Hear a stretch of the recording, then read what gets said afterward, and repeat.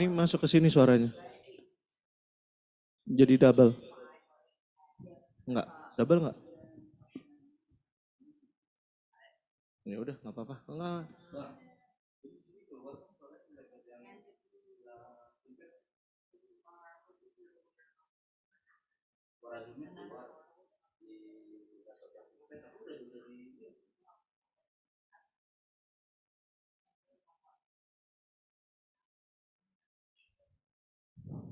Cek. Hello. Hello, everyone. Check.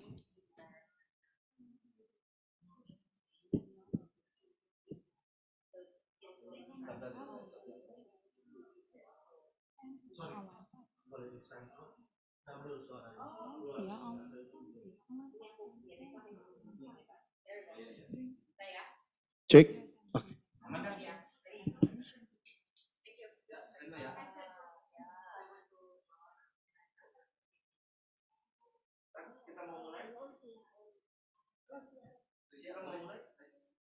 Check, check.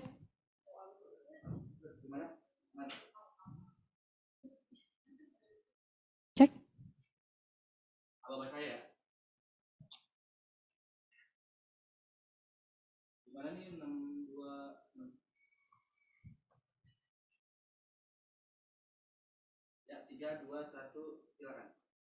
Hello, everyone. My name is Patricia Elizabeth, one of the e-guides here in At America. We welcome our audience who are joining us here and via online platform. If you're new here, At America is the U.S. Embassy's American Center, and our mission is to provide a space for young Indonesians to learn more about the United States. So excited for today's event from Education USA, all about the admission to the University of California and application tips. This is the right events for you if you're in high school and planning to study in the United States. And we welcoming our moderator, Kasantika Salim. She is advisor Education USA at America. And our amazing speaker, Deborah Zhang, she is senior international admission counselor, University of California, Irvine. Without any further ado, Miss Santika, the time is yours. Thank you so much, Tricia. Hi, everybody. Thank you so much for joining us, whether you're watching us online through Zoom or you're joining us in person. Thank you so much for your time. We hope that this information session will be very, very helpful for you, especially if you're applying to any University of California, because this is a specific UC system for the application for your undergraduate program. And of course, we will have a very special guest that I will call later, but I want to let you know what Education USA is and what we are capable to give and share to you for free, and that will be an introduction from my end. All right, so give me 1 second. I will pull out my presentation here for you to see. And there you go. Can everybody see my screen? In Zoom, yep, I can see my own screen. All right, everybody. So today's event is going to be all about admission to the University of California and application tips, but we can also talk very, very briefly on the transfer system if you are planning to go for the community college instead of applying as a freshman for the from the UC application portal. All right, so what is Education USA? Now, if you are new here, if this is your first time in any Education USA at America event or even at America event, I want to let you know that Education USA is the US Department of State network over 400 international student advising centers in 170 countries or more. So we are basically everywhere, and every center should be free of charge. Right, so Education USA at America is just one out of that 400 plus international student advising center, right? And our network promotes US higher education to students around the world, offering you accurate, comprehensive, and current information about any accredited US universities, right? So for example, today is going to be this state university of UC, right? And you can learn more about UC, but we can also talk about other schools based on our special guest experience later. And in Indonesia alone, we have 6 centers, total of 7 advisors. And as you can see, the US Embassy Jakarta is one of the center with Mas Iqbal there. Of course, it's not as open to the public as the At America Center. But so the second one, you can see our center right here at America Jakarta. We are in Pacific Place Mall. If you haven't visited us, please do. And here we have 2 advisors, me, Santika, and one of my colleague, Christina, is also here. She's in the Zoom chat box, so you can greet her. And the third one will be in Surabaya, in Universitas Airlangga Unair with Mbak Ambar. So if you know anybody who is not in Jakarta and maybe in Surabaya, please refer them to that center. And moving to Malang, in Universitas Muhammadiyah with Zaki, in Makassar, in Universitas Fajar Cendani, last but not least, in Banda Aceh, Universitas Islam Negeri UIN Araniri with Lilis. So you can refer anyone who is not in Jakarta, of course, but you can, it doesn't matter where you are in Indonesia right now, that you can still reach out to any of the center through the Zoom. Right? I mean, the pandemic changes everything. So why not? And this is how we help you through this 5-step. You don't have to come to us from the very first step, but I'm going to go through very briefly on what we usually can provide you with.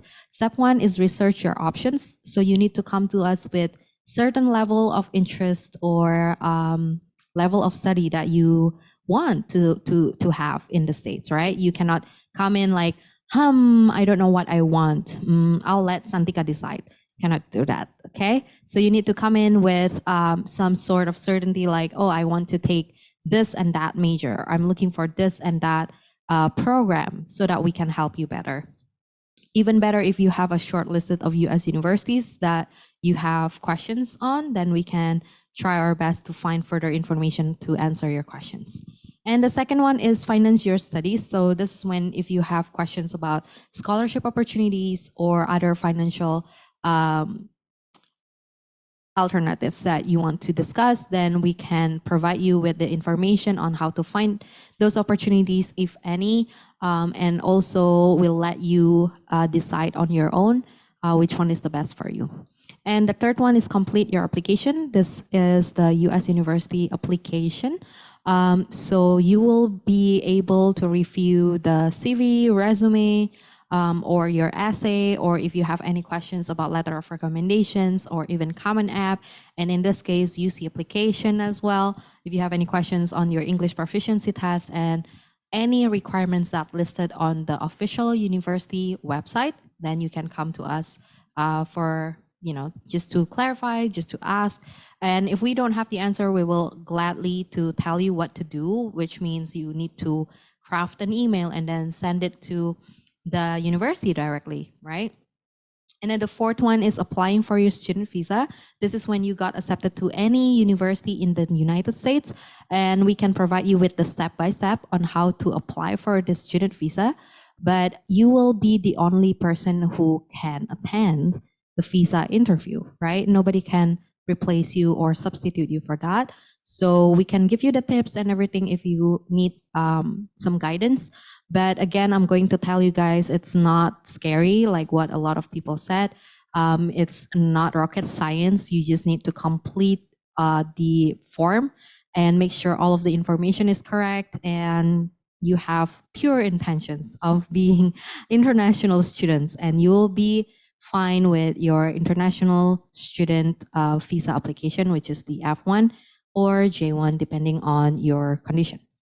All right, last but not least, it's a prepare for your departure. It's a pre-departure orientation event.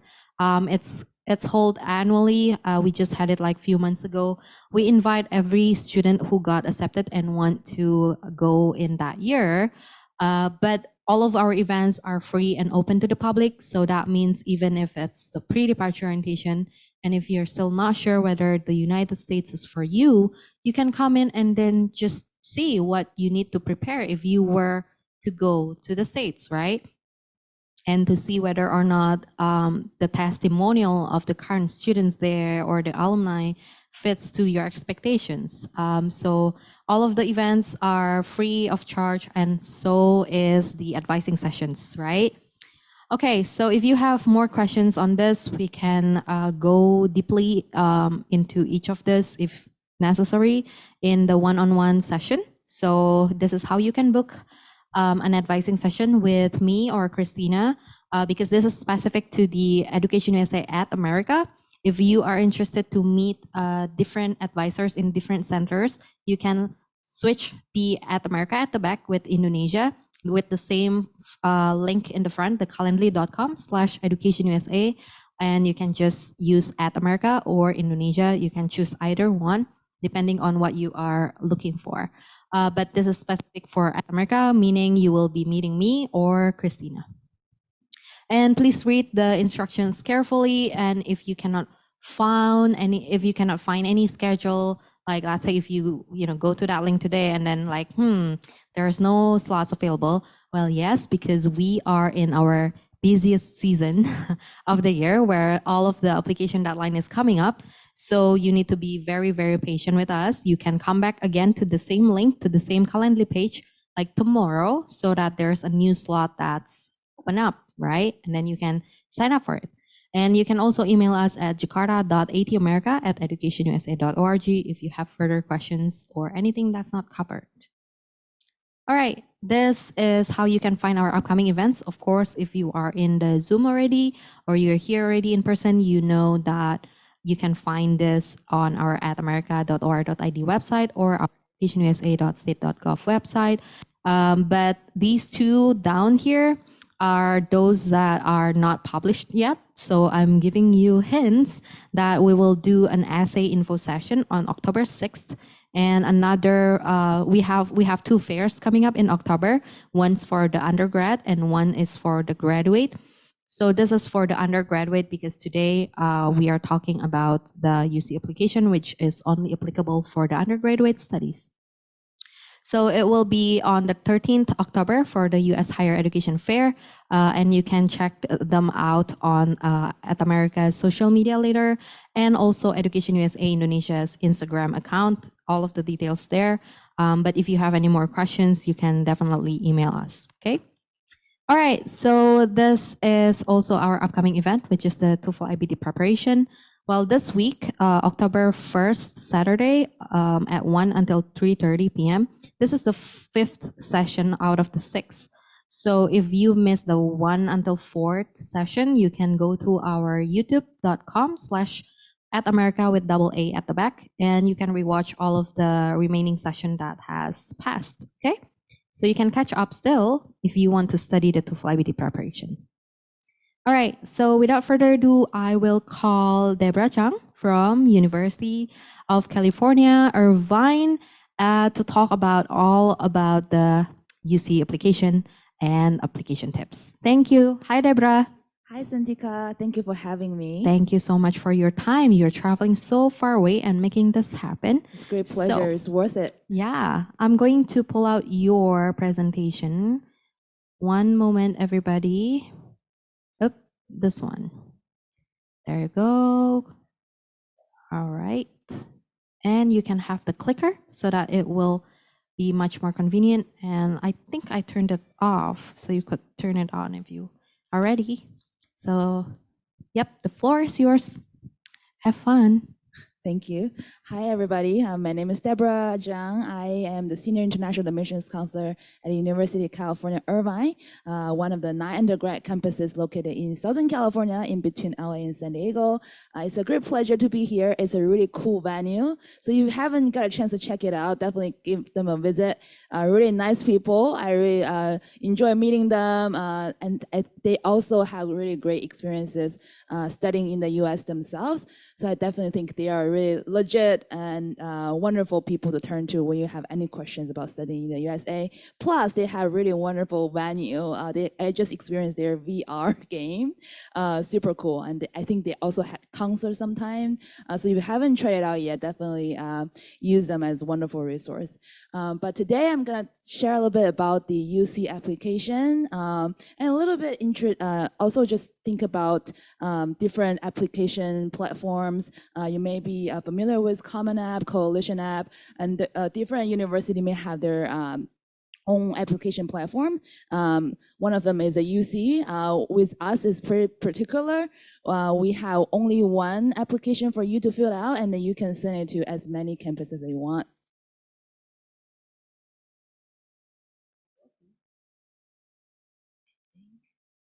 Excuse us.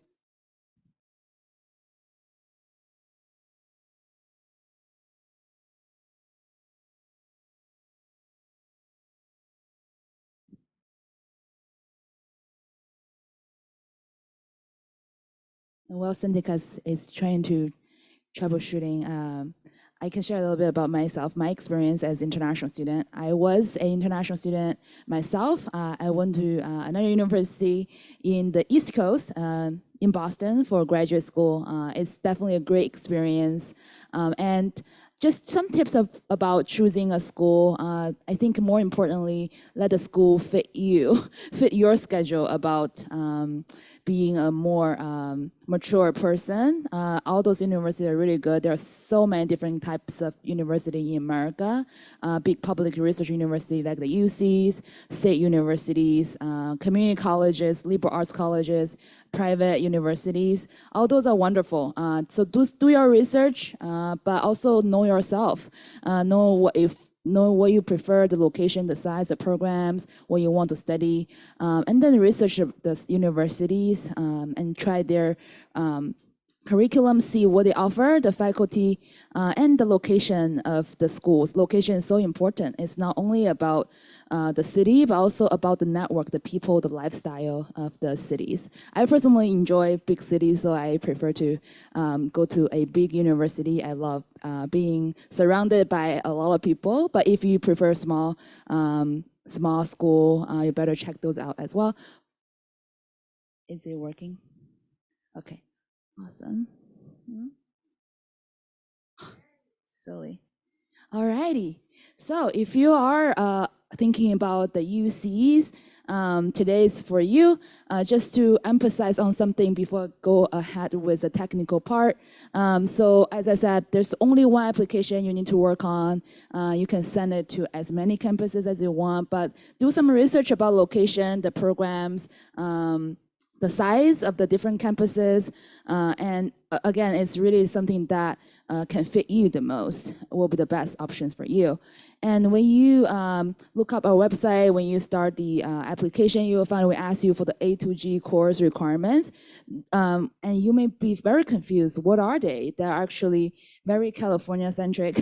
They're for California high schools with international students. Just do your best to categorize those courses you have taken with your high school and categorize them under certain subject. Yeah, we are flexible, and so don't be freaked out if you don't have visual and performing arts. For example, you can just explain that my school doesn't offer any of these subjects. It's fine. And again, we don't require ACT or ACT. Good news. So if you even have your ACT or ATC scores reported to us on our end, we won't be able to read them. So in a way, it's test blind. It's also test free. Test blind meaning we don't see them and we won't consider to make a decision based on your ICT or ACT scores. However, if you report them to us, there's still a benefit because if you decide to enroll one of the UC campuses, if you meet certain standard on the writing part, we may be able to waive the college entry level writing course for you. So that saves you time and money. And lastly, we don't have this early action or early decision process. So it's like you submit your application between October 1st and November 30th, and then you just wait for us to release our decisions. We won't give any decisions based on the time you apply to us. Even you submit on October 1st, that doesn't mean we will give priority to admit you. So just chill out and take your time, but don't submit your application on the last day, because if that happens, there will be a system crash, and you don't want to get into that trouble. So at least 2 or 3 days before the deadline. It's not working again. Yeah, so would you mind? Yeah, the next slide. Okay, and something that's very special about UC application is we don't ask you for teachers' recommendation letters. Yeah, that saves your teachers trouble. But that means you need to really advocate for yourself. It's all self-reported. Make sure the course name, the grades are exactly the same as what is shown on your transcript. So make sure that you get your transcript and double check before you submit your application. And when you don't have recommendation letters from teachers, now it's your time to demonstrate that you are capable and you are excellent candidate for the UC campuses you apply to. So you need to learn how to advocate for yourself, and you need to really do a lot of self-reflection about your achievements, about your special talents, about your leadership. Better come with a list of all the academic achievement you have, the challenges you encountered, and how you resolve certain issues, how you grow stronger out of it, and just activities you're involved in, something that you really enjoy, the process. In the process, you love doing certain things that give you excitement. Those can be highlights for your personal insight questions. Even those difficulties you encounter in those environment, the people you meet, and the things that you do together as a team, all those things will be the raw materials where you can draw for the several parts like activities awards and personal insight questions later. We don't compare students to students. So what we mean by that is that we want to see how capable you are based on what is available to you. Are you maxing out what is given you? So that means we want to know your context. If you don't show us the context, if you don't let us know, chances are we won't know where you're from. So you will hear me talking about context a lot because that's the foundation where we get to know you. So you really need to seize every opportunity to show us where you're from, meaning your school environment, your family, your community involvement, your cultural background, maybe your multicultural background, anything that's special for about you, you need to let us know. For example, I will give you a negative example about not giving context, right? So if your school is very rigorous in terms of grading, compared to other schools, if you don't let us know, and when we see your grades, it's like, oh, this is a mediocre student, when you are actually the top-notch students in your school. So you need to let us know in the academic history section, there's additional comment. Let us know your school is very rigorous. Even ask your guidance counselor for a blurb that describes the rigorous grading system in your school, something like that.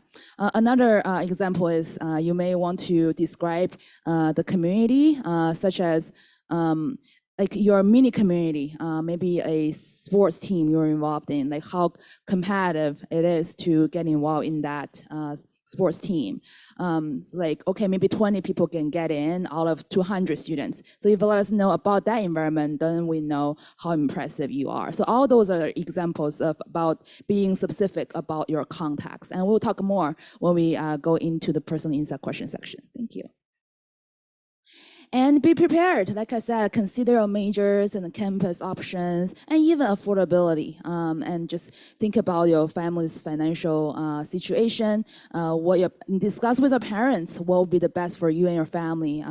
I came from a, relatively okay family, but I know still it's a lot of burden for my family. So I really work with my family and to talk about what is the best for the family as a whole. You are a grown up, so like it's time to be considerate and thoughtful and communicate well with your parents. And think this whole preparation process is a way to grow as well. You're preparing yourself to study in a country that you don't really know well. So the whole process of self-reflection, taking ICT or ACT, taking AP exams, talking to your counselors, talking with EducationUSA advisors, working with your parents, all these communications are really good for you yourself to grow socially as well. And also just create a document outlining all your activities, awards, something that you consider highlights, something that's really cool about you, even though maybe it's not very visible to the public, maybe not recognized by others, but you think it's a really good trait about yourself. Those are good things that you can definitely brag about in your UC application. So you will find that you will have several questions in the PIQ section to choose from. So definitely write those things down and take a break when you get bored with those writing because you may come back with a refreshed mind when you take a break. Next. Okay, so this is from last year. So if you found like, hey, why is it fall quarter semester 2023 and this is 2022? Bear with me, I didn't really like get a new one, but for you it's fall quarter 2023 if you're applying this year and you want to choose freshman, meaning you're currently in high school, you are currently in your senior year, you're about to graduate next summer. Or you have already graduated from high school, but you're taking gap year, meaning you don't take any classes from any community colleges or universities, you can be considered as a freshman applicant. Next. Yeah, and these are very important details. For example, the academic history part, you want to make sure that the courses that are accurate, the grades are exactly at the grades on your transcript, the name of the course exactly as what it is. Even the course is called HL or ABHL mathematics. If you think it's too long, I don't bother. No, you just do your due work about just write the same thing as what it is on the transcript. Don't forget about everything that you have done, activities, awards, because once you submit the application, you suddenly got reminded, hey, I had got that award, but I forgot to put it down. Can I add more? You emailed us and you will get an answer, no, unfortunately, you won't be able to add more any more details about academic history or your activities and awards. So make sure that your application is complete. And later, in your senior year, if you get accepted, you decide to enroll in any of the UC campuses, we'll ask you for your final transcript. So during your application process, you don't need to provide a final transcript because chances are most of you haven't got your final transcript yet. So in the final verification process, we'll evaluate the course name and the grades on your final transcript. We will ask you, we'll evaluate if you got a D or below, then it's a problem. We'll ask you, hey, why did you get a D? But if you get a D and a C and above, you are good to go. Still, senior year coursework is important. So don't give in or don't give up or don't feel like, okay, I've finished my application, now I can relax. That's not the case. Next. All right, so now you go to the process start to create an account. Make sure that you keep record of your username and password and check your email regularly. And this is the email that will send you updates. For example, if you got accepted by some of the UC campuses, you will receive announcements through email. Yeah, that's it. Make sure that you definitely keep a good record to keep track of your emails. And next. And this is a really easy bar just to navigate different sections about personal information, campuses, majors, academic history, test scores, meaning if you have international exam scores report, your TOEFL or IELTS, those scores report, those are important to you. Activities awards is very important. That's a way for us to see you not only strong in your academics, but also ready to go to college through demonstrating you are involved in different things while in high school. And next is the personal insight questions. That's the UCSA, which is different from other universities' requirement, and we'll talk more about that later. Okay, so when you choose UC campuses, we are located in different parts of California. California is big, and different parts has its own culture. So you want to do some research about different cities, different towns. Some are suburban, some are in the city urban, some has a college town feel. If you don't know what I'm talking about, do some research about the college town atmosphere. It's very different in our campuses. Some are located close to the ocean, some are more in the center of the state, so it's like different climate, different even geographically it's different. And for different UCs, the standards are a little bit different because we evaluate students differently, independently. The good thing is we won't know what other, as a UCI, for example, right? I won't see what the other campuses you applied. I wouldn't be offended. I would be happy that you apply at many UCs as you apply, but we won't be able to see any of the campuses you apply to. What else? So when you choose, so this is interactive. When you choose several UC campuses, it will determine what you are gonna see next, meaning the majors and even the colleges next. So if you only select one UC campus, then you only choose a major from that UC campus. If you select multiple, then when you go to the major selections, it will look different. So we'll use an example. Sandika, next slide.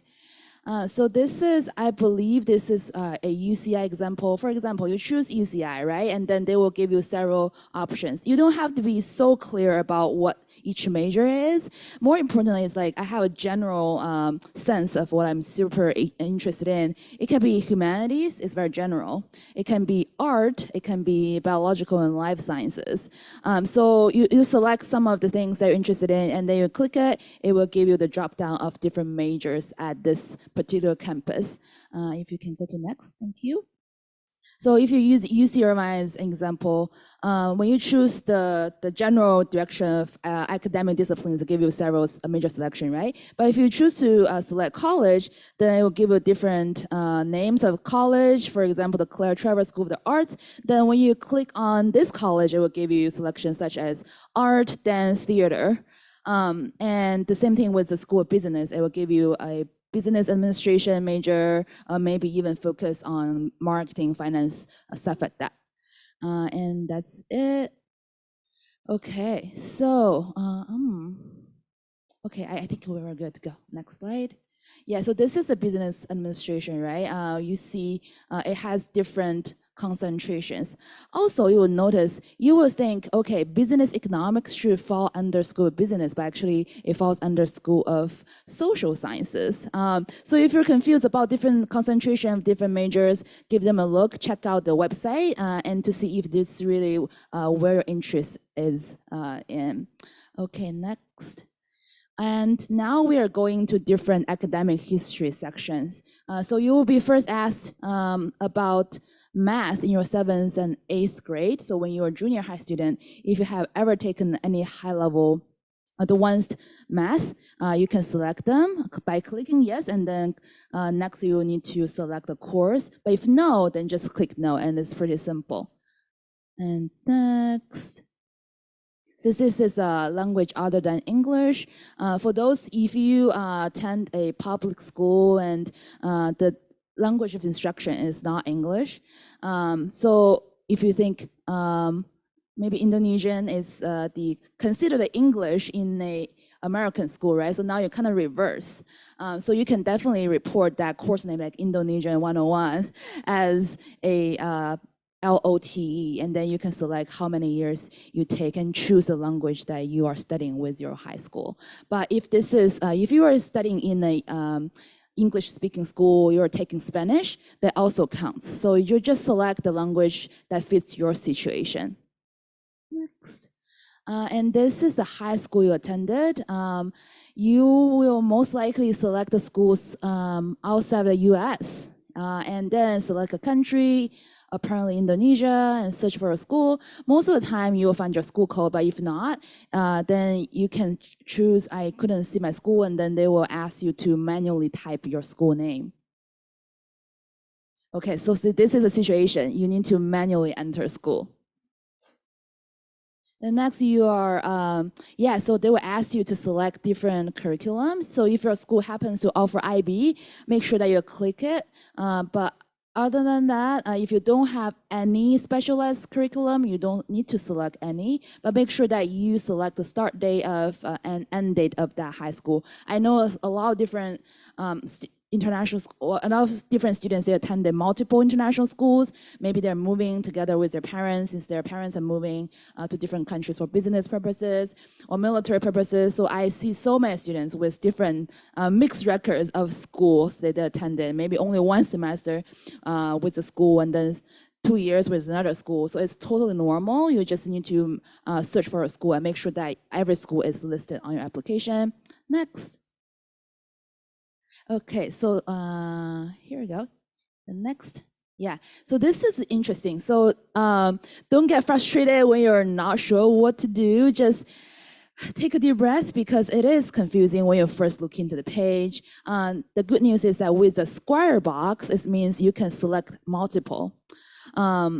And if you have several different schools on your record, lucky you have different experiences, but make sure that you select all those grading systems that work for you. Maybe one school is A, B, C, D, F, the other is IB, 1 to 7, and there's another one, maybe only a pass, no pass, or credit, no credit, right? Make sure that you select all of them because this is an interactive application platform. What you select here will determine what you'll see next. Also, you want to make sure what is the term system? Some school is like a full year. You study with them for one subject for a full year, then you get a grade. Some are like semester, some is quarter, trimester. Make sure you select all of them because when it's square box, you can select multiple. And again, it determines what you see next. All right, then this is the course selection for a 9th grade. These are the A2G, right? English, mathematics, lab science, foreign language, visual, and performing arts. We also have a history. Don't let these scare you. History can be anything about social sciences. You will find, so California students, when they select any of these subjects, their school's course name is listed in the system. For most of you, you will need to manually enter the course name. So if your school only offers, let's say, geography or Indonesian history, that counts as a history course. That's count as an A course. So don't worry, we are flexible with international students. So you just do your best to guess and put them under the category you consider as appropriate. And if you don't see your courses, click I don't see my courses, and most likely you won't see your courses because you're not from a California high school. So you need to manually do some labor, heavy labor, to enter your course names. Okay, so this is what I meant. And college prep electives can be quite flexible. It may be like you're just super passionate about anything business, so take several courses related to the business, and that already kind of exceeded the requirement on math or social sciences. So you can put these other courses under college prep electives, even like a graphic design or anything that you don't think they have a category, you put them under the college prep electives. Although I think graphic design can fall into visual performing arts. Next is, this is what I meant by just try your best to categorize those courses. Maybe your school doesn't call it advanced mathematics. Maybe your school call it advanced, I don't know, integrated math or something. But just try to categorize them under math, or even you think you have a lot of math already, and you think that's more for your college readiness, you think that really challenge you to go to like the top school in the US, you can put it under college preparatory courses as well. And you will see the grading system, right? So if you're with the IB school, that's pretty simple. You click, for example, English, and then you click the grading system 1 to 7. You grade 1, you get 6 or 5, and grade 2, you get 6. And just make sure that's correct as exactly the same on your transcript. Next. And when it comes to honors type, we do award honors points, maximum 8 honors points for advanced level courses such as AP, IB high level, and honors level courses that UC recognizes. Most of the time for non-California residents, we don't really give honors points for those courses consider honors level from your high school, but you still, if that's shown as your transcript as a honors level or advanced level, if your school give an extra honors point for this course, that's considered an honors level course at your school, then you need to select that as honors level, because for us, we see you're challenging yourself. It's all about rigor, even though we won't grant you any honors point, since we only offer honors points for AP, IB high level, and college level courses. But you still need to put each level honors level to show that you are competitive. And different grading system. So as we saw before, you may click A, B, C, D, F already, right? So maybe with some courses, you're with a school that's the grading system is A, B, C, D, F. So you need to make sure that each course is matching that grading system, matching that semester system. This is a pretty simple one. It's an IB and then semester term.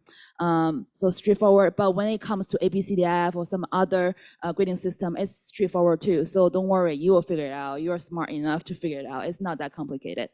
Next, oh, sorry, and can we go back? Okay, so the picture on the right, in your senior year, you won't have your grades ready, right? So we want to see the rigor of a senior program. So still make sure that either it's in progress, meaning you're taking the course by the time you apply, and the second grade really is planned. You have planned out what you're gonna do for the second term of your senior year. So we can see what you're doing for your senior year. Okay, thank you. Next is, now it comes college courses. If you're taking any college courses with a school in Indonesia, or maybe even online with a school in other countries, and if you receive transcript from that college, that will be counted as a college course. So you just need to add college, and the grading system and semester system, and just enter the grades exactly the same as a college transcript. If you're taking dual enrollment courses, it depends on which school give you the transcript. So if you receive the college credit from a high school, then you need to report a credit on your high school academic history. If you receive the credit from the university, then you need to add the university information and add the grades on this section. But if you don't have any college to add, then just skip it. Just click, I don't have any college to add. And then it comes to the test score section.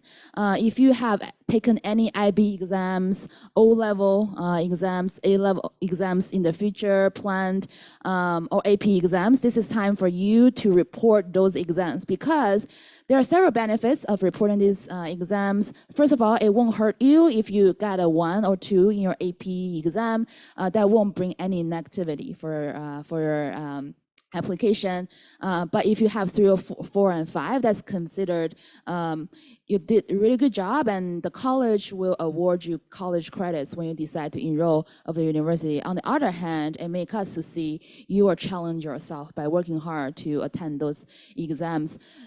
So you are a tough person. So do report those exams, and if you have any exams that you are about to take in 2023, I believe, even such as May or June, definitely report those. And if you have predicted scores, report those as well, although we won't make any decision based on the predicted scores. But just make sure that you report those exams. Next one. So this is what I meant by reporting those planned exams. So you may be taking an exam in May 2023, and you can choose the exam subject and the level, high level or standard level, and the exam name. Yeah, so that's pretty simple. Just make sure that's exactly the same as what you're gonna do, so that there won't be any confusion when you report those later. Next slide.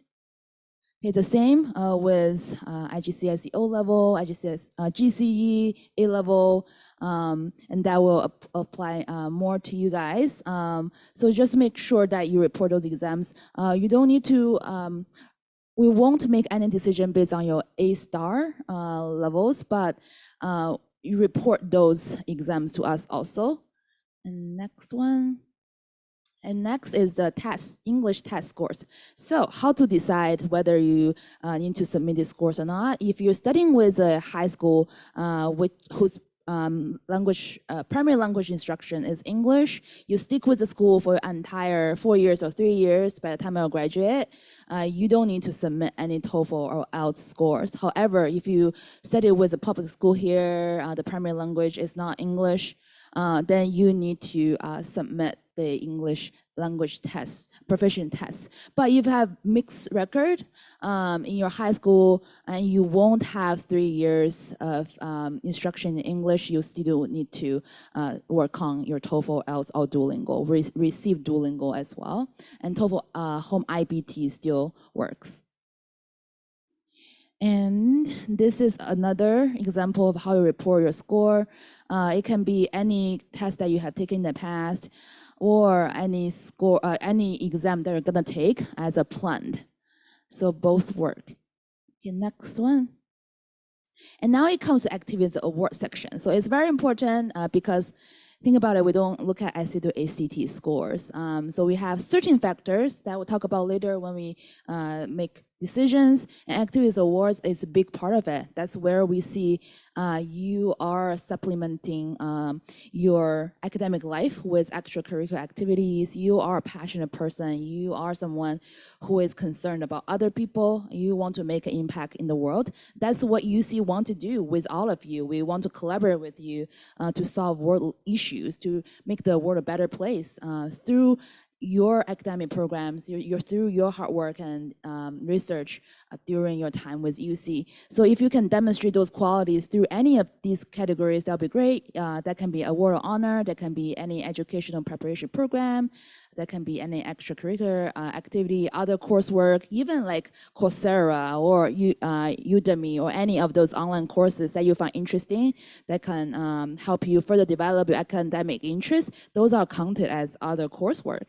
If you have community service or volunteer or part-time internship work experience, that's awesome. Definitely report those. And some of these things can overlap with one another. So there's no perfectionism here. Just do your best to put them into one category. Either way is fine. When we read your application, we see all of these things, and all these things matter. All these things are good. You don't need to be so strict about this category. Okay, next. All right, so this is how you want to report activity. For example, you did something that's very relevant to business administration, where you want to go in the future, right? You may be like doing some internship in the summer at your dad's company, and you want to describe what you have done with your internship, the hours that you spent. Be very specific about what you have achieved, what you have learned, how this experience helped you further develop your passion for business administration. So be very specific if you can quantify this experience. For example, if you're involved in the sports team, how many hours of practice and how competitive this team is, and even some qualified team is probably considered one of the best program, and just something to describe your capability, either through numbers or through a description of your experience or the activities you're involved in. And next we can talk about other coursework. For example, if you take any courses, although you don't receive credit, but any college preparatory courses or language courses online or with a school, that can be considered as other coursework. All those are good. To share an example, UCI admits students by major, so we want to see, okay, this person is serious about computer science. So you're a very ambitious person, at school, you're already doing a lot, but in your spare time, you're involved in several clubs, such as robotic club, computer science club, but you're also taking some other courses online, maybe you're just exploring the subject, help you understand what you want to do in college, right? All these are valuable. You need to briefly describe the course, what you have learned, what you think, what are the benefits of taking this course, and just use this something to advocate for yourself. Like, how serious you are, how passionate and committed you are. All these things are good, and all these things provide context of where you're from. Maybe your school doesn't really offer computer science high-level course, but you really want to further strengthen your knowledge and understanding of the subject, so you take this course. So this give us a really good sense of who you are. You are really resourceful. The next one. Now it comes to personal insight questions. We talk about academic history, all those numbers, those grades, and we talk about activities awards. All those things can be brief and doesn't really give us much context, although you mentioned something about where you're from and how competitive the teams are, or how wonderful those activities are in the activities awards, but those are not enough. Now it comes to PIQs. Now it's time for you to come fully alive by adding more details, new information, specific examples that show your value, show your passion, your curiosity, your talent or skills, or community contribution. These are the parts where we see, okay, I got so intrigued by certain things the student had put down in the previous part. I want to know more. Will the student tell me more? So now is the time for you to tell us more about what you have achieved to impress us. So definitely don't miss out the opportunity to brag about yourself. Okay, so we have 8 questions for you to choose from, and you only need to choose 4 from them. There's no, we don't prefer any one of them. Pick the 4 that work the most for you. Anything that you feel like I have a lot to say about this prompt, so you choose those. Don't think what we want to hear. We want you to be you. When you are fully you, you are impressive. So make sure that you pick the ones that work most for you. And each response won't exceed 350 words. So amount-wise, 250 to 350 will be good. And yeah, make it fully personal.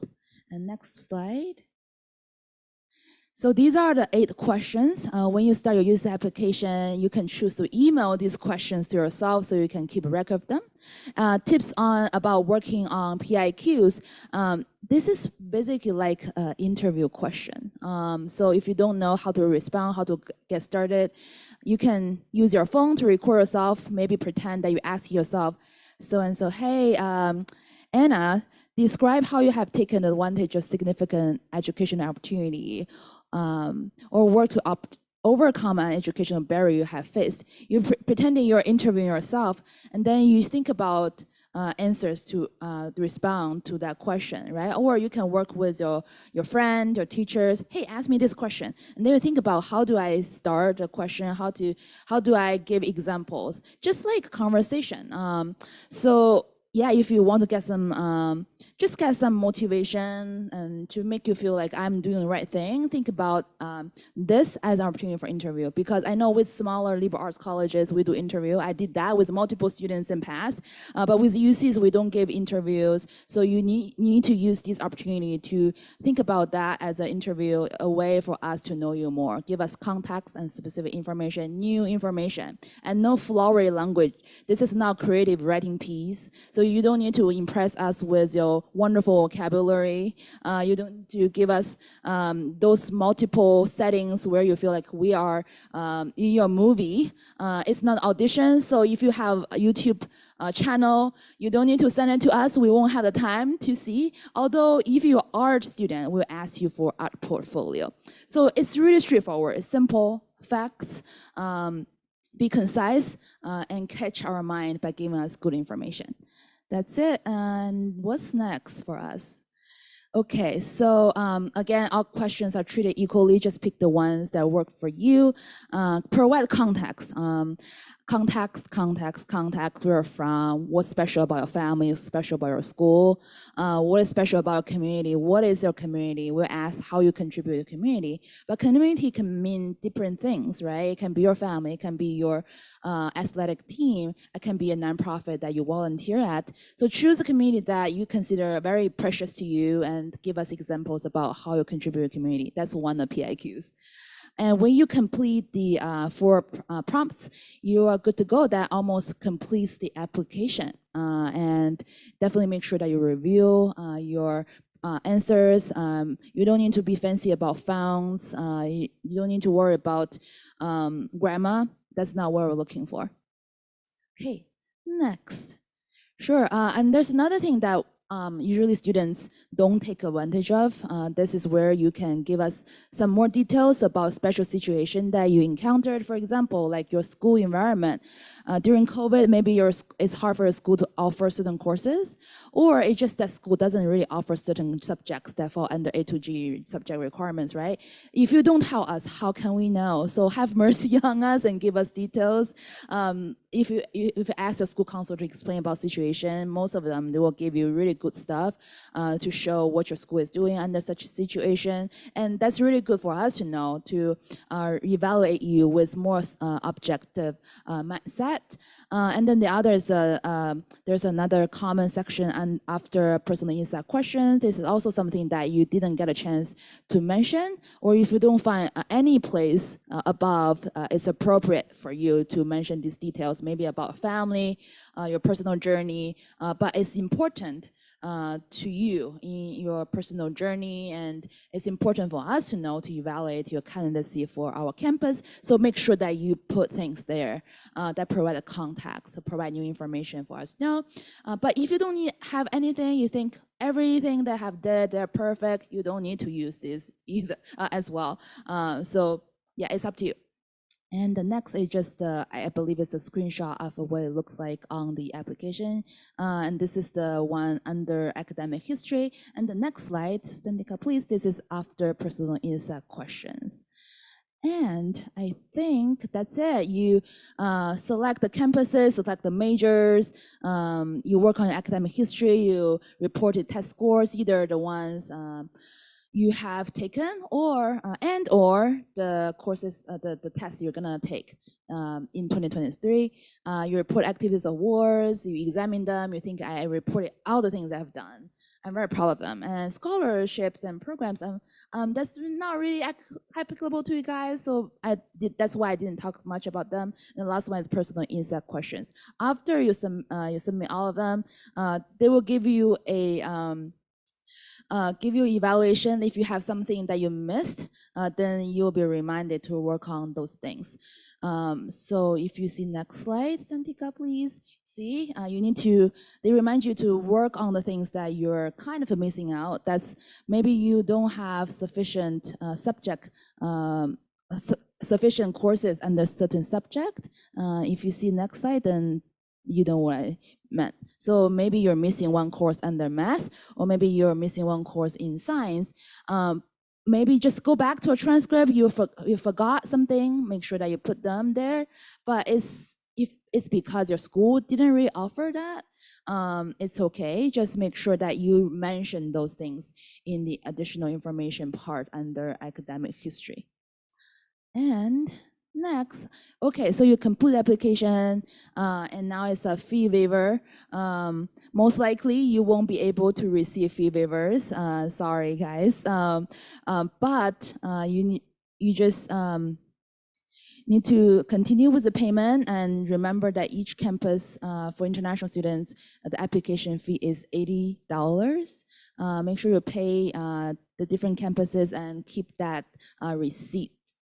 You will receive an email after you pay the fees. Okay, yeah, and these are your payment information. These are submission confirmation. Keep those. Make sure, again, you check your email regularly. And later, when you receive anything, even when you're accepted, you will use this email to log into your applicant portal to continue to submit documents, to contact your admissions counselor, to report issues, report course changes. So make sure that you keep this information, and if you have any questions, there is a admissions IT help desk. You can reach out to them through email. They will help you resolve the technical issue. And after you submit the UC application, there are very little things that you can do. Basically, you won't be able to change the academic history information. You won't be able to add more courses. You won't be able to add any activist awards. Even you have a super amazing award, you won't be able to add them in. But you can add a campus before the deadline, which is November 30th. You can update your personal information. If you want to change your email, that's okay. And that's where you change your email address. You can update your test scores. You will receive new test scores and exam scores. That's the place where you can update those information. And that's that. And these are the timeline for application. You probably will receive your admissions decision around February to March and May 1st. By May 1st, you need to let us know where you want to go. And if you're on the wait list in the month from May to June, you'll receive further notification. And just make sure that you submit your application before November 30th. Don't do it on the last day. If you have any questions, make sure you reach out to UC Application Help Desk or call them, but make sure that you are aware of the time differences. And how much time do we got? Okay, that's good. Alrighty, people. So now we are done with the UC application part. And after your submission, what do? We start to review your applications when everybody is celebrating their Christmas. That's what we do. We have fun reading applications, selecting the students we think are really amazing. I personally really enjoy reading applications. I got to read more than 800 applications last year. And I was really humbled because you guys are truly amazing. I don't know if you ever sleep or not. Like, how can you balance your academic life while like staying healthy? So make sure you take care of yourself. Although I know school is hard and you have a lot of dreams to pursue, but definitely take enough rest when you're tired. And when we review files, what do we look into? What are we looking for in an application? These are the certain factors that we will look for in an applicant. GPA is important for sure. Each school, UCs are very competitive, so we looking for really good grades. But that's not everything that we look at. We want to see if you challenge yourself by taking enough high level, honors level, or really good amount of rigorous program in your senior year. So that's why I say don't give up in your senior year. Continue to challenge yourself. If you have AP, honors courses, IB high-level courses, those are really good stuff to put down there. And if you have any special academic opportunities in your senior high school, definitely remember to report those things. If you have any special projects you're involved in, any fun projects you think is really valuable, I meet cool people, I did amazing things, I served the community. Again, don't forget to put those on your activities awards or give us more detail in the PIQs. This is kind of a review of the application, right? So make sure that you keep this in mind. So if you have anything that's amazing that make you stand out, remember to put these on your UC application. Academic accomplishment, give us quantifiable description. Like this competition, we have 600 participants, but I was among the top 20. So that makes the accomplishment truly a big accomplishment. If you have any special talents, even something that other people may not consider talents, but if that's important to you, that's important for your personal growth, that's important for your future studies with UCs, you can definitely mention about them. Another good thing is that we want to see a pattern of growth. So if you didn't do well, for example, if you consider you didn't do well in your 9th grade, that's totally fine. Number one, because we calculate GPA based on your 10th and 11th grades. If you do really well in these 2 grades, that's awesome. And another thing that we will love to see is that we see you are growing, you're improving in 10th and 11th grade. So those are good things. And growth pattern can also be shown in your activities awards, right? In your sports club, in the very beginning, you are just a regular member, but you really love your team. And later you are more involved, you're taking more responsibilities. Maybe later you become the captain or some other role that you consider you really grow a lot during this time of being involved in this club or activity, those are good things that you need to remember to report, and we want to see those things. And one last thing I want to mention is eligibility in the local context, that's ELC. You don't need to worry about that. That's for California high school students. Basically, if they are the 9% or 3%, then they will really give them like, okay, give us good impression. These are top students, but this is not applicable to you guys. So don't worry about that. And the next slide. Again, I just want to emphasize, we look for things not only in grades, but also different things that make you fully you. And different schools, different campuses may review students differently. So some schools review students, admit students by major. So we want to see this integrity, the consistency in the things you do in terms of academics. You maybe if you're interested in computer science, for example, we want to see you're taking challenging courses in computer science, in math. If you're particularly interested in engineering, want to see you're doing well in STEM-related courses, and doing things outside of school about this subject. Although you can be involved in many things, but definitely if you have some things that is related to your major, that would be super wonderful. So there's consistency in what you want to do in the future. So that's how sometimes we emphasize in our review process. And we look for leadership, we look for passion, consistency. That's what UC values.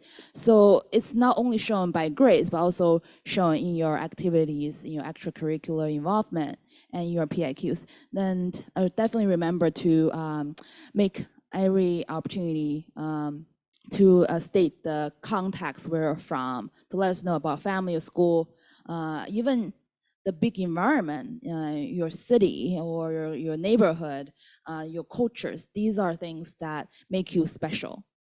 And the next slide. Okay, so I hope you can get to any of these UCs that you dreamed of, because they're very rigorous, they are good, and you will meet amazing people. That's what I truly appreciate my time in the United States. I met wonderful professors. They became my mentors. Some of them I still connected with them nowadays, and we're now like friends. I'm glad I'm growing more mature, so I understand their world better, but I was really humbled when they were so humble to us. And they share their passion for academics with us. I personally grow a lot of my experience by studying in the United States. So if you get accepted into UCs, congratulations, I would love to see you in California. However, there were scenarios, maybe UCs are not the best fit for you. Maybe academically, this is not the best fit, or maybe financially, your family maybe can only afford 2 years. So you may want to consider community college, because community college in California is very good, high quality, and they have this articulation agreements with the other two sectors of public education in California, which is California State University. They have 23 CSUs, and with UC as well, with all the 9 undergrad campuses. So if you think community college may be a good start, financially or academically, I want to give myself a buffering time to start my college, and then consider community college. So what I mean by articulation agreements is if you decide to go into business administration at UC Berkeley, let's say, and you take this, you are pursuing your lower division degree, meaning associate degree in arts or science with a community college in Orange County, for example, and you talk with your transfer advisor at the community college, and they will give you a selection through assist.org based on the articulation agreements between these two schools, right? UC Berkeley and this community college you're attending. Basically, it's streamlined. It's very easy and straightforward. You just need to take these courses to be able to make yourself eligible academically for transferring. Also, you need to meet the GPA requirement, meaning for non-resident it's 2.8, but alert, most students who get into the UC campuses, their GPAs from their community college much higher than that. But still, there's more likelihood for you to get into the UC campuses after you transfer from a community college in California. And financially, it's much cheaper than attending the UC campuses. If you're considering about saving some money at first hand. The basic requirements, 2.8 for non-residents. And in terms of course requirements, you need to take one semester. You need to take certain courses in math, and you need to take math courses, you need to take English courses, you need to take subject requirements, such as, we have 4 options for you, you need to take at least 2 of them. So you need to make sure that you get 90 quarter units of UC transfer credits by the end of spring. Before the fall semester, you want to get into the UCs.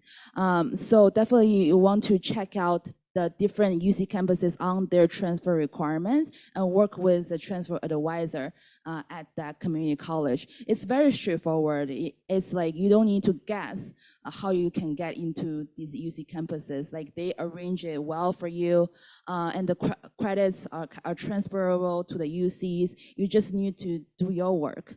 So if this is a good option for you, I highly recommend. The public education system in California is very mature. California Community College, CSU, and the UCs, they know each other well, and both sides have transfer advising centers for you to take advantage of. So definitely consider this as an option. And lastly, if you want to stay connected with me, ask me any question about UC or UCI, this is my email.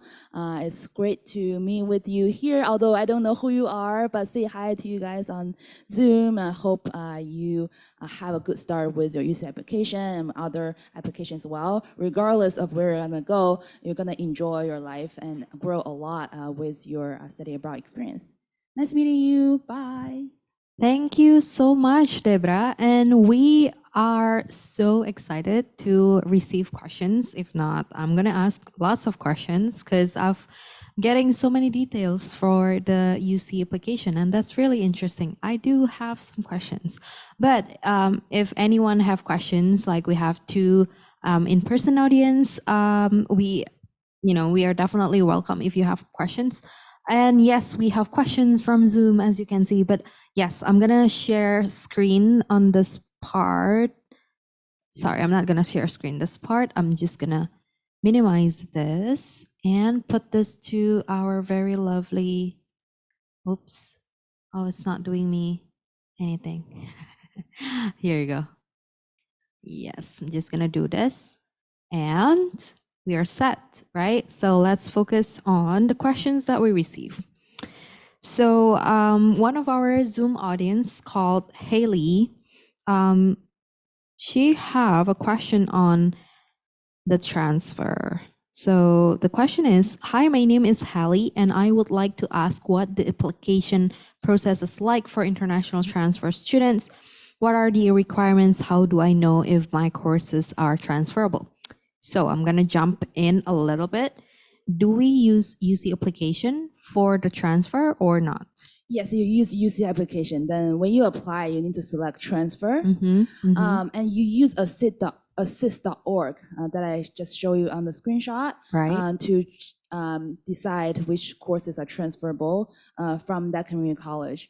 But it's really simple. You'll get a lot of support. The process is you work with your transfer advisor at that community college. They will show you the process. Also, you want to work with any of the UC campuses you apply to. They have their specific requirement. But basically, you need to take courses in math, in college entry-level English, particularly, I think, finish these courses in the first year at that community college, and then you need to take several courses that's related to the majors that you want to apply for. But check with both sides, the transfer advisor, both sides, they will give you enough resources for you to start with.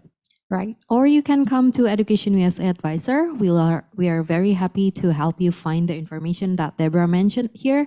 And actually, it's a very good tips. Thank you, Deborah, for asking Haley to double check. Like, so if you see on the website, let's say from assist.org, that this course and that course is transferable to the school or to UC that you want, then you got to check with your counselor in the community college, which all community college have. You can double check with them if this is transferable to the school that you want, not only to UC. So I'm just going to go very briefly and in the general way of the 2+2 transfer system. It's 2 years in community college, any community college. And then the third year, you are going to, before you start your third year, you apply for a transfer to any US universities who are accepting transfer students. So that applies to all schools in the States and also including UC. So we are including this just to let people know that there are 2 pathways to get to UC. You can start as a freshman, or you can try to transfer, right? So in this case, for transfer from any community college, you will be assigned with a counselor or international student advisor, whichever they call in the community college. So once you arrive in your community college, starting your first quarter or your semester, make sure that you have a clear goal that you discuss with her or him, and that you want to transfer to this and that school. What are the courses that are transferable? What are the GPA that's acceptable? Because even if you take the course, but if you don't pass certain grade of the GPA, it's not going to be transferable, right? Yeah, exactly. All right. Definitely make sure that you check with both sides, and people are there just ready to help. So definitely don't hesitate. Yes. And as my personal experience as an international student who went to community college first, we are actually assigned. So it's not like, oh, if you need help, you can go to this and that place, or she or him or whoever, but you are actually assigned, because that's how you register for your class every quarter, every semester. You have to go to your designated counselor or international student advisor to register for the class, the courses that you will take. So that's when you actually discuss on these things, like, oh, I'm going here, I'm planning to transfer here. This is the major that I'm interested in. What are the courses that will be transferable and everything like that. So you will be assigned to your counselor or your advisor, but you have to be able to discuss your plan or your goal. Otherwise, it's not going to help you. All right? Yeah, just definitely make sure that you check your emails regularly. A lot of students who are in college, I once worked with them, is like, okay, I missed out on this email from a financial aid department, and I just missed on paying the bills. So it's like cultivate the habit. You don't need to live on emails, but make sure that you respond, because email is the most used way for us to communicate with you. And during your application process as well, you want to stay connected with schools. You don't have to check every day or every minute, but make sure that you are watching out for those emails from the schools, especially for the schools of your dream school, and keep a list of them, the to-do list for each school. Okay, now is this is my progress, this is my status, what am I supposed to do next, what is deadline? You need to make sure to track all your progress. Right. So email will be one thing that you will familiarize yourself with when you are applying to US universities, and also when you are an international student in the States. Everything is with email. So if you haven't have an email that's more professional, in a sense like first name, last name @gmail.com, blah, blah, blah, then you probably need to make that first before using the email address to be used for the UC application, the Common App, the university portal itself. So yes, that's my first tip on email. Thank you for bringing that up. That's really important. Yeah, another thing, when you graduate from high school, if you use your school email to sign up for those emails, right, to use those as your emails to register for the applications, make sure that you update information in those different application portals, so that you won't miss out on important information. I had students who miss out on every reminder. Hey, submit your A-level exams, right? But the last time, and then they're missing out, and almost like, okay, how can you explain that you are making an effort to submit your scores, right, if you don't check your email? So definitely start to becoming like a professional student Yeah. when it comes to emails. Yep. And that's the hard part, right? It's the transition between you as a high schooler, where your teacher are like asking you questions. Have you done your homework? And this time, once you are like transitioning to apply to US universities, nobody is going to ask you questions like that. Yeah. And including EducationUSA advisors, we are here for you if you seek out our advice and guidance from us. But we don't have enough time to go to you personally, like, hey, have you submit? So we don't have that. So yes, you have to learn to transition into more independent international student to prepare yourself. But on top of that, of course, having professional email is definitely the first step. And like Deborah said, if you are using your school email, that's not the only problem. If you graduate, like you don't have access over that email anymore, for example, that's going to be a very big problem because most of the updates are there and you probably cannot change certain things if you don't confirm from that email itself. So yes, you want to make sure you are using a personal email address, which we both recommend here, right? Following up on Haley's question. So do I have to be from a community college to be able to transfer? I'm currently studying in Udayana University in Bali. So Haley, yes, you will, well, commonly you have to be in a community college in the United States to transfer to another 4 years institution. So community college is a 2 years institution and universities are 4 years institutions. So you want to transfer from the 2 years community colleges to any 4 years university and starting on the 3rd year, right? Ideally. But these days there are so many options, right? There are schools, local schools that provide transfer systems to US universities. So you could try to find out and check them out.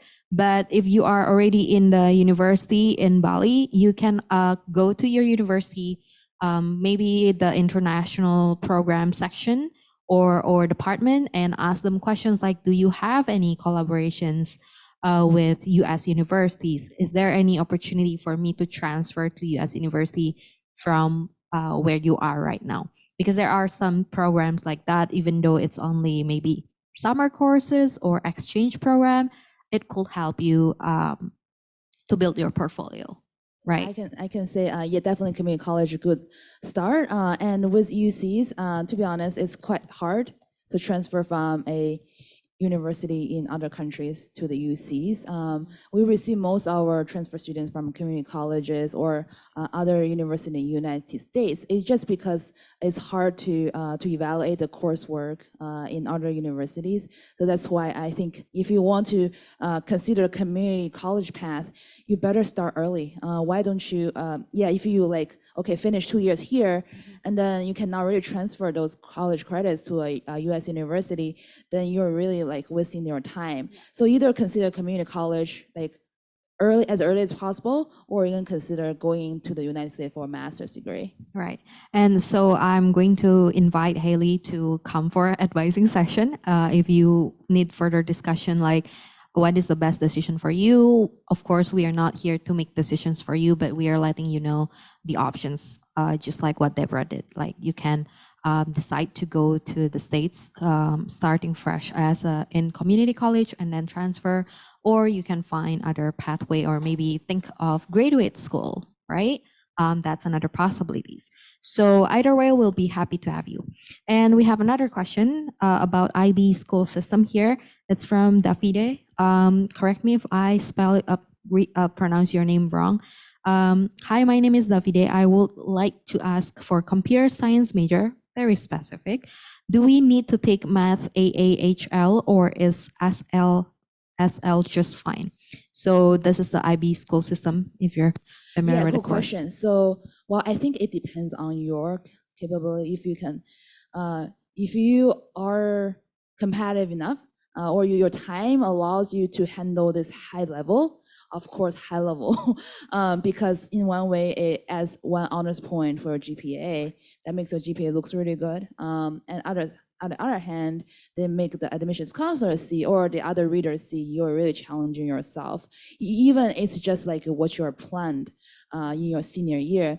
But also I know you may be taking other high-level courses already, like high-level math, right? You're challenging yourself enough. Don't stress yourself out. Maybe you're also balancing other things like family things or internships or extracurricular activities. Like I said, grades is enough, but it's only one of the certain factors we look into. If you can, definitely do, but if you cannot, don't. You don't have to go that far to go to UC. We have students who handle SL and they still get into their dream school. Yes, so definitely match it with your ability and capabilities. You don't want to take on a course that is so challenging. Of course, if you get a really great marks, then yes, it's working out very well for you. But if you fail the class, then that's another story. So yes, thanks for that. That's it's really not good. required. We won't say, hey, you have to take Yeah. high level, otherwise we won't admit you. No. Yeah. So I always tell my advisees to stick with the requirements and not to panic or what's not there. For example, if like ACT and SAT is optional, right? We are test free, so Okay, you don't you really don't need have but to. you can submit them. So Yeah. maybe we can consider a college writing course waiver for you. See, so if it's not listed as a requirement, you don't have to panic like, oh, do I have to submit? If I don't submit, will I get rejected or something like that? So just follow the requirements listed on the application portal, and you will be fine. Of course, with an additional note of giving the best of each of the requirement that is listed. So for example, for grades, you want to do your best when you are still in your high school and do your best to, manage to have some activities and some awards or achievement that you can put in. For example, now that the UC application requires that. And not only the UC application, I can attest for the rest of the US universities. If you're applying as international student, you will need to submit, most of them require you to submit the CV or resume. And for a high schooler, that's really intimidating, right? What are you going to put in?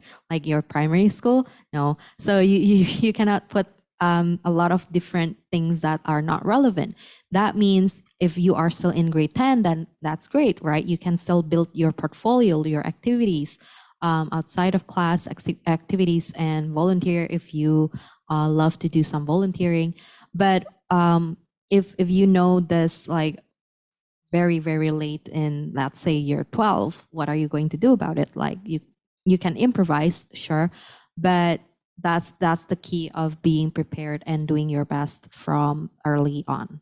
So yeah, I don't think we have more questions from our online audience. So if any of the in-person audience have any questions, please raise your hand and I'll be happy to pass on the microphone. Yay, hello. All right, I'm going to pass this so that the people can hear you. So hi, Miss Deborah. I actually have 3 questions that I want to ask. The first one is based on the flyer, it is stated that UC Irvine and other UC did not consider any SAT or ACT scores. That's correct. So for the Indonesian students, do we only need to submit our high school transcripts, UC questions, and the English proficiency test? So everything that we don't have anything particular for Indonesian students. For you as a non-resident, as I said, you need to provide your course name and grades exactly at their transcript. You don't need to SAT or ACT, but if you're studying with your high school that is a public school and that's not taught in English, then you need to demonstrate your English language proficiency. But if you're studying with international school, and if your language instruction is English and you study with that school for more than 3 years by the time you graduate, or at least 3 years, then you don't need to provide English language proficiency. And you need to submit the activities awards. You need to work on the personal insight questions. I see. Thank you for the first question. The next one is for the University of California requirement itself. Is it applicable to all the UC campuses, or certain UC campuses have their own system of requirements? Yeah, good question. So we are one UC application, and then you submit to any UC campuses that you want. However, you may want to check particular campuses. I know some may ask you for supplement essays or recommendation letters, but you just want to make sure that you do your own research about all the UC's campuses you are interested in. But basically, this is everything you need. I think if you are asked for more materials, when you click on that campus, then the interactive application will show you, will ask you for those things. But what I'm talking about will apply to most UC campuses. I see. Thank you for your answer. Of course. And for the last one is actually during the application process, do we need a letter of recommendation from teachers? No, we don't ask you for a Okay. letter of recommendation unless the campus asks you. But I think most UC campuses won't ask you. And even though they ask you, I think the letter of recommendation is optional. Okay. Yeah, of Thank you course. for the answers, Miss. Of course, good question. Thank you, Arik. So it's nice to meet you a few days ago, and here you are again. So yes, and feel free to come in for the one-on-one consultation or advising session if you want to review your PIQ, which is equal to essay, right? The UC essays, Yes. what we call them. Yeah, you call them PIQ for the UC application, but for any other US universities, it's basically just essay. And if you're using Common App, it will be the Common App essay. So yeah, you are welcome to join me for essay review, or if you want to review your CV or resume, then it will be great too, or any other questions that. So the first step of this whole application system thing, whether it's the UC application or the Common App, is you making the account. So you need to make the account, and then you go into that system, right? Then you can see what it's like. You need to understand first what is inside with your own experience, right? And then where are you confused, and then you can come back to us. So what Deborah did today is sharing with all of us like the inside of the UC application. But if you haven't made your own UC application account, then that's going to be very hard to digest, right?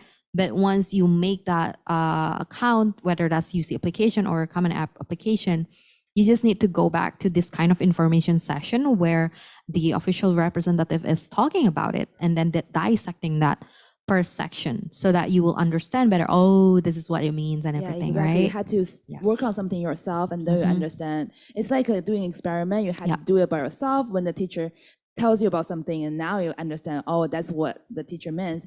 And I'll just tell you a good example about myself. When I first started a job, because I never applied to UC myself, right? Then how can I know the different components of the UC application? So it was like when I started a job and started my own account, then what the UC website tells me, it started to make sense. So like by doing it yourself, playing this application form yourself, you understand what I meant. So definitely start your UC application today if you want, or any other application platforms. Yes, and if you see what Deborah was presenting just now, you don't have to pay until the end when you are trying to submit. So creating the account itself, whether it's UC application or Common App or any other US University application portal, they're not going to like, oh, when you're making the account and they ask you to pay just to create the account. That's not how it works. So you make any application account in any US University application portal for free. And then once you complete your application and then you want to submit it, you are very sure that you want to apply to this university, then they will ask you to pay if you don't get any application fee waiver. If you get any application fee waiver, then you don't have to pay at all, right? So that's how it works. So don't be scared to just make the account first. Take a look, what is the school asking me to submit for the application, so that you can prepare better, right? So you don't have to be like, oh, when you are in the semester 2 in your grade 12, and then you just make the account and you're like, wow, so many things I have to submit.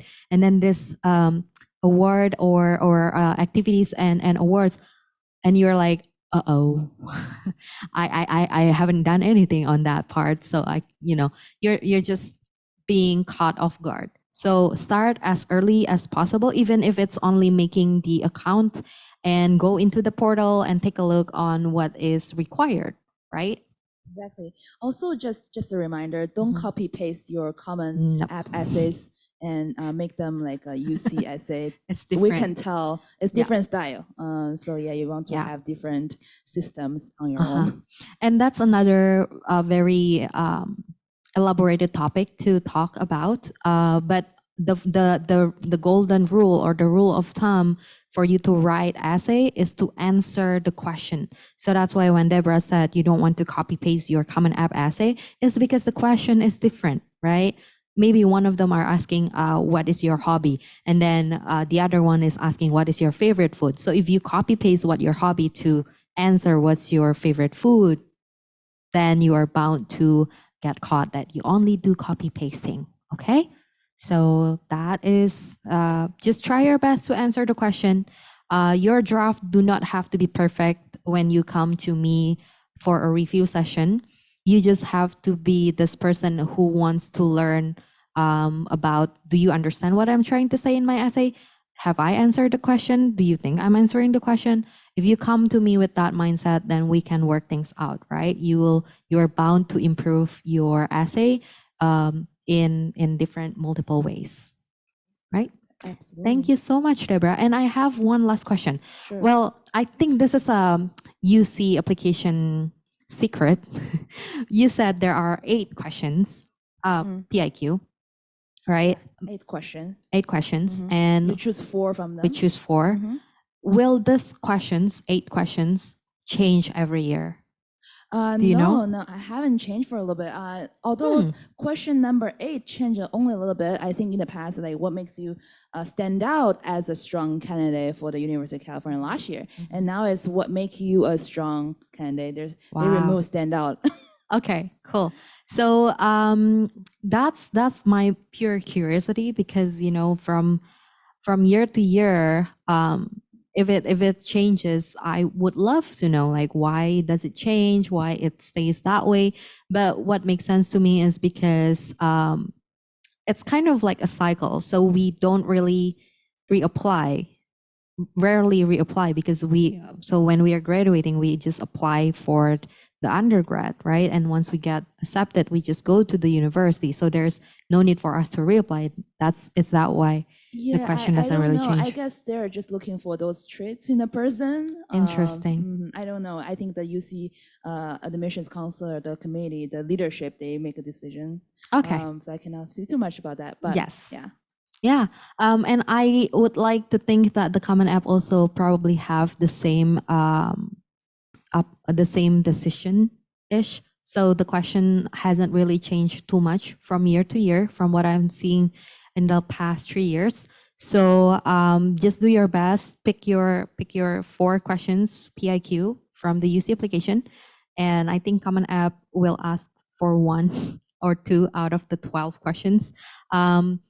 So they're similar, but they're a bit different in a sense that UC application only applies to 9 UC campuses, and Common App you can apply to other US universities, and they will have different requirements listed inside, but it will be pretty much the same: your transcript, your achievement, your essays, right? And if they have any additional requirements listed inside. And one last thing is probably your tips. If, let's say, I'm in a grade 12 and I didn't really prepare to do any activities or achievement, but I still would like to try to apply to UC universities or other US universities, which usually really love those part about their prospective students. What would I do with that? Good question. So, well, I guess you can still try to apply, but I think there are limited options that you can try then, because university in the US do look for some activities. They don't only value your grades. But with that said, try some of the universities that still you think are good fit. They offer good programs, but they may not have that highest ranking, but they're still good. there are still good professors, and look for location that you think you can thrive. And think about community colleges. Yeah, right? I was about to say that. It's always Yeah. like a good option. A community Right. college is not a lower level quality. It's just people go there for vocational training. They don't live on campus. So consider different options. And one last thing, you're not defined by your degree or the name of the school you're going to. Otherwise, there are a lot of people you would consider them as failures, but no, that's not the case. So do your thing. If you want to study in America, there are a lot of different ways. So be creative, and you're always growing. I think yourself as someone who is always growing, and a degree not necessarily defines you. Yeah, wow. Thank you so much, Deborah. Yay, thank you. Thank you all. Thank you so much for your time and your effort for making such a detailed presentation. We will definitely, make a very, very good use of this. So this will be uploaded on YouTube so that everybody else who missed this event could still rewatch it. And if any student coming in for UC application questions, I will refer them to rewatch this session. So thank you everybody for joining us online and in person, and especially Deborah. So I'm closing this event earlier, but I'll see you guys all in our next At America event. Bye everybody, handing it off to our e-guide here. Thank you, Ms. Santika Salim and Deborah Zhang, for the amazing presentation. The session is so insightful, especially for you, high school students who planning to study in the United States. Thank you for the audience who joining us here and via online platform. Keep updated for our next events by check our social media on website, Instagram, Facebook, Twitter, at America. I'm Patricia Elizabeth. See you on our next At America events. Bye-bye.